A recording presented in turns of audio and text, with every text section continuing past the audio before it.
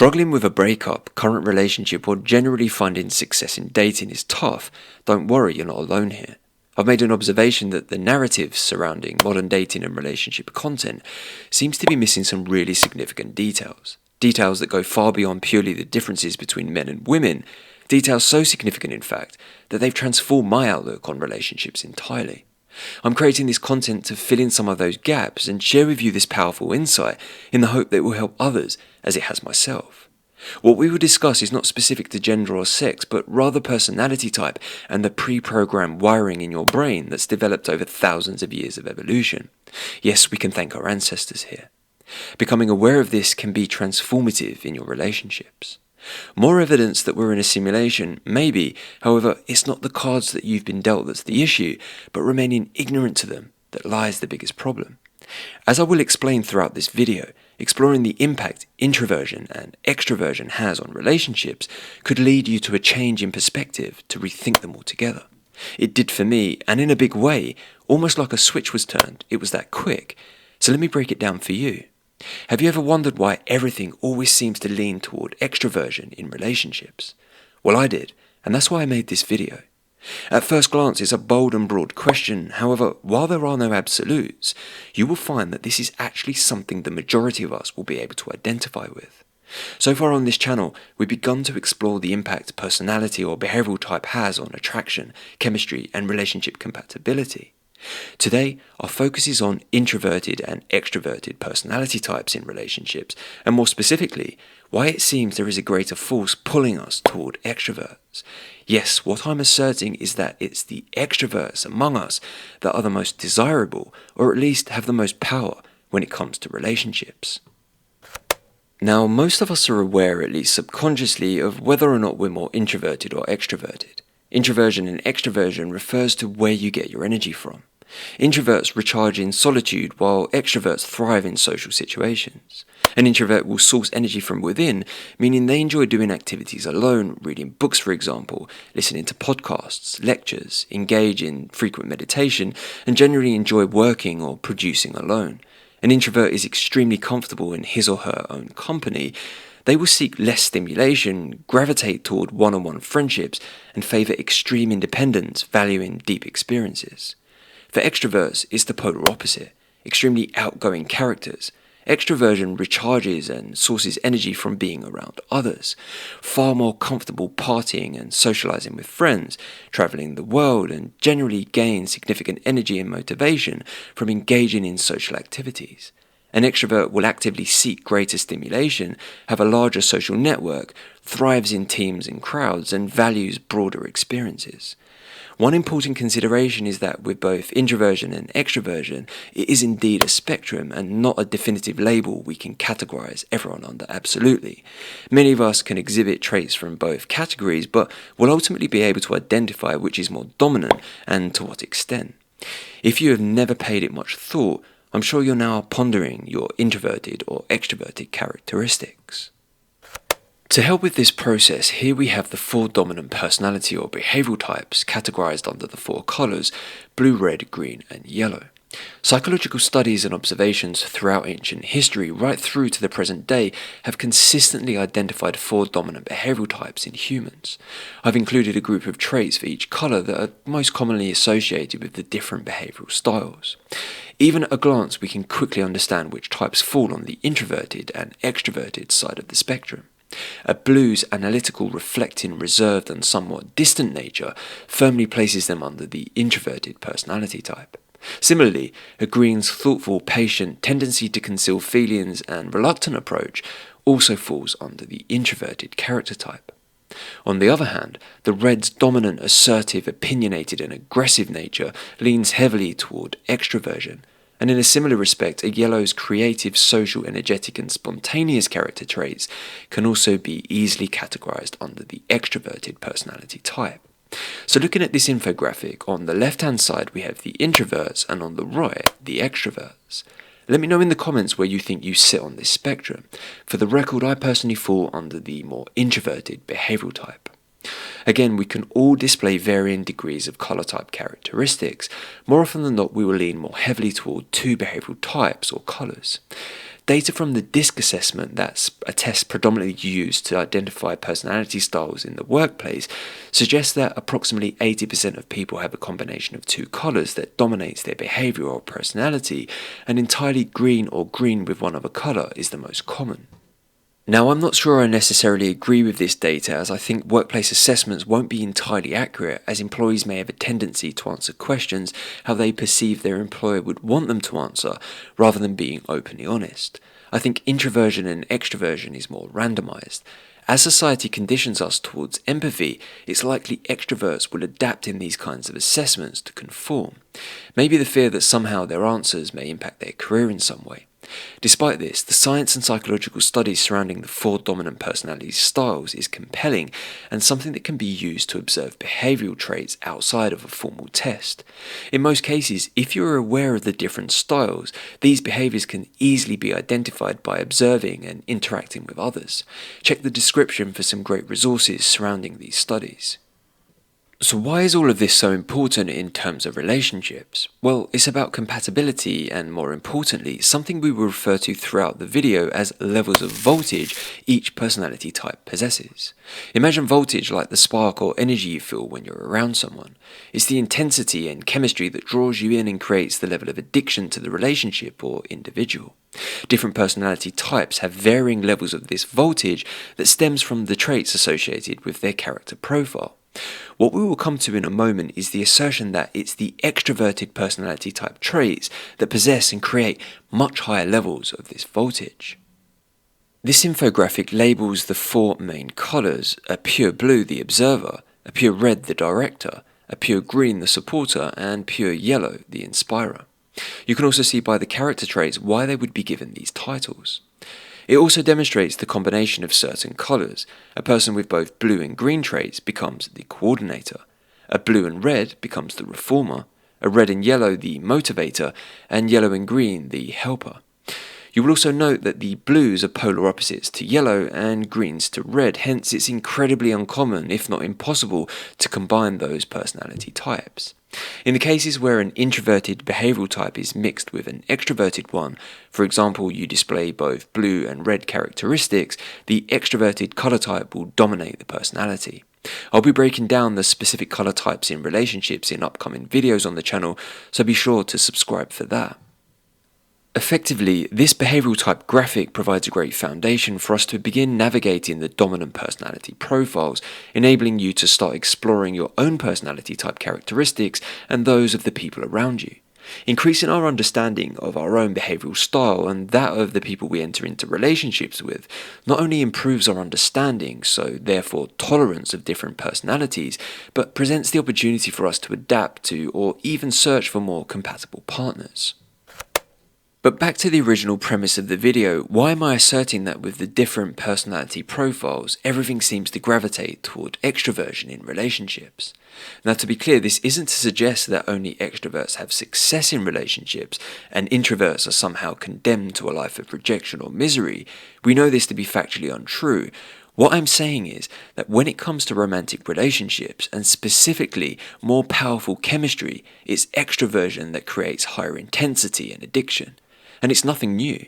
Just how in the modern day the masses idolize CEOs, social influencers, movie stars, musicians, the extroverted ones among us, hunter-gatherer societies also naturally gravitated towards those with extroverted characteristics, the ones who could more effectively hunt, protect the tribe, with the ability to garner the support or control over the masses through charisma or brute force, ultimately had the most success in terms of reproducing, as instinctually they were the most desirable for survival. It's these same characteristics that fared most effectively in primal survival that throughout evolution to the present day can be observed as performing equally as dominant in relationships, or at least in terms of winning when it comes to the intense attraction. The personality types winning in hunter-gatherer societies are the same types winning today. Instinctually, we gravitate toward the traits of extroverts, as it's these traits that create higher levels of this voltage I've been referring to. Subconsciously, we are still wired to crave that extroverted energy whose traits are more visibly attractive and subconsciously addictive. Everyone, whether you are predominantly blue, green, red, or yellow, are naturally more attracted to and have the potential to become far more obsessed with red and yellow extroverted personality types. This is a product of our wiring in the brain formed over thousands of years of survival and social interaction. This is why the majority of us fall madly in love with reds and yellows and experience less intensity with green or blue types. Ever had that relationship that just destroyed you like no other, but you can't put your finger on why it hurt so badly? It's probably because they were a red or yellow. Maybe you just didn't realize it, but you became addicted to that voltage or energy, and therefore it left a huge void when it disappeared. I speak from experience here. But while objectively reds and yellows are the most desired romantically, when it comes to societal cohesion, their traits are not so ideal. Instinctively, we already place them on a pedestal because extroverts and the behavioral traits associated with them are more addictive and visibly attractive. Society doesn't put them on a pedestal because they're already winning.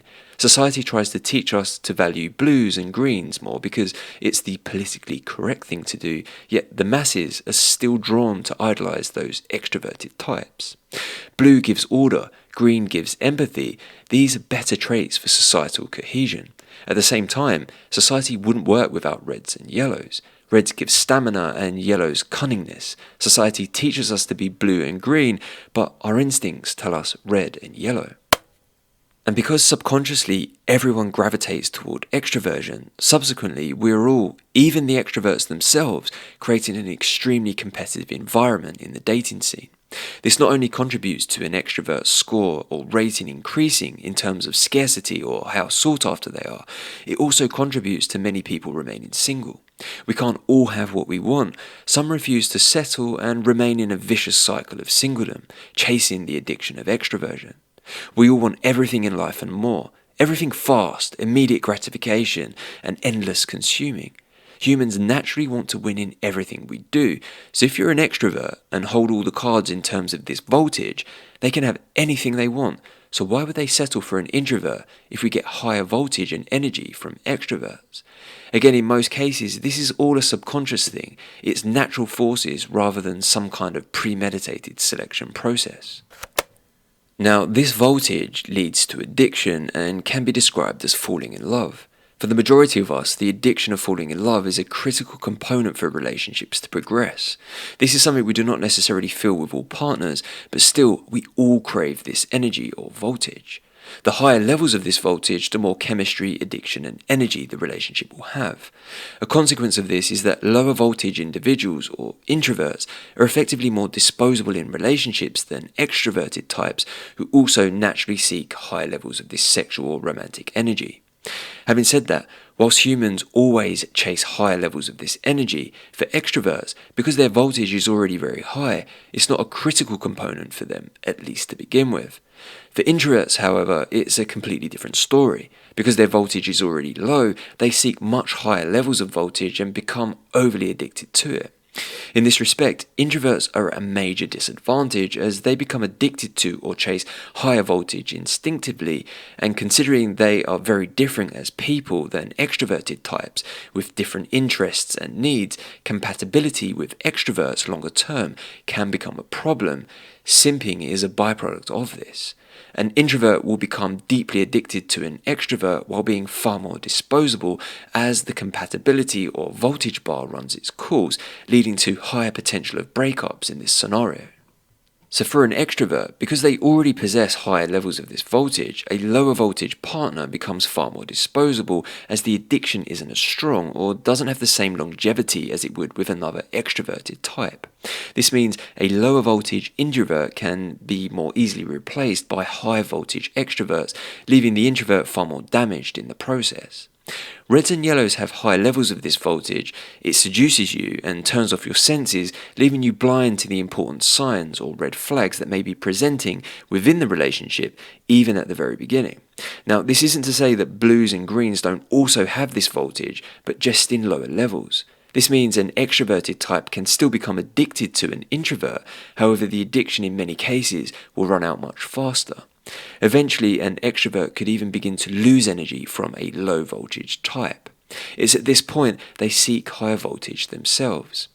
In the cases where partners grow apart rather than break up as a result of more serious circumstances, the person disposing of the relationship loves less and can live without the other person as they have the higher voltage and more options. The person being disposed of loves more and has much lower voltage, so less options. On the other hand, in a high voltage scenario, the relationship can keep the fire burning for each other for much longer, maintaining a high addiction and sexual or romantic energy, and maintain these high levels. Now, whilst extremely powerful, this voltage that's found in much higher levels in extroverts isn't the only driving force behind attraction, relationships forming, and compatibility, but is a case of the probability theory. As discussed in previous episodes, an individual's traits that builds their profile, such as their looks, intelligence, whether they are funny, caring, or have success, for example, along with a whole host of characteristics that potential partners may find attractive, also come into play. But if you have many traits that a prospective partner values, in addition to extroversion, with high levels of this voltage that we've been discussing, such as reds and yellows, you have a much higher probability of success in terms of relationships. More often than not, the blue or green introverted types fall victim to the character traits and high voltage levels found in extroverts because they become highly addicted, blinded, they're massively caught off guard when it all breaks down. So if reds and yellows are instinctively the most desired, what if you're born blue or green? Does this mean you can't have successful relationships with extroverted types, or furthermore, intense and fulfilling relationships with other introverts? Of course not. This would be far too simplistic and a depressing thought. While it would seem introverts should mostly stick with introverts and extroverts with extroverts, natural forces do not operate like this. Effectively, in relationships, 99% of the time we trust what we feel and not what the science tells us.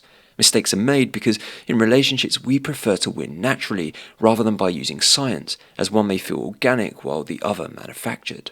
Natural forces as a result of this voltage discussed will often lead to a relationship with an extrovert, even if it's not necessarily the best fit for a long-lasting, meaningful partnership. While our natural instincts are to gravitate to extroversion, being aware of this dynamic can enable introverted types to adapt in relationships in order to find more long-term success, or use this knowledge and science to possibly search for more compatible partners. It also serves as a powerful foundation that can be used to explain breakups from the past, answer those unanswered questions, and potentially heal those wounds that may still be affecting you and your future relationships. Extroverts hold both the traits and energy that taps into our instincts and, as a result, possess the most voltage that leads to the addiction in relationships, but they're not necessarily the best fit for all types. This is why knowing and exploring your behavioral type can help navigate relationships more effectively. As a man or woman, we can become depressed for a whole lifetime if an extroverted yellow or red doesn't want us anymore. Despite the fact that yellows and to a degree reds have so many disadvantages, they beat blues and greens every time in the game of relationships. This is the case because 70% of communication is non-verbal, extroversion is more visibly attractive, and unfortunately, people prefer sweet lies as opposed to the harsh realities of life. Because this voltage creates such a strong addiction, when an introvert is disposed of, they can spend the rest of their lives searching for that same dopamine hit and never find it again. In this respect, and in the context of what we've discussed in this video, understanding the existence of this phenomena has potentially transformative implications. The idea of settling for less isn't about an individual's physical beauty, worth as a human, or qualities to be a perfect partner. It's about exploring relationships with partners that have potentially more compatible personality traits and more equal levels of this voltage. So I think that summarizes the concept of everything leaning toward extroversion in relationships. I'd love to get your thoughts on this topic in the comments below, and also your own experiences with different personality styles, specifically those with introverted or extroverted types. And let me know if you can relate to this voltage that I speak of.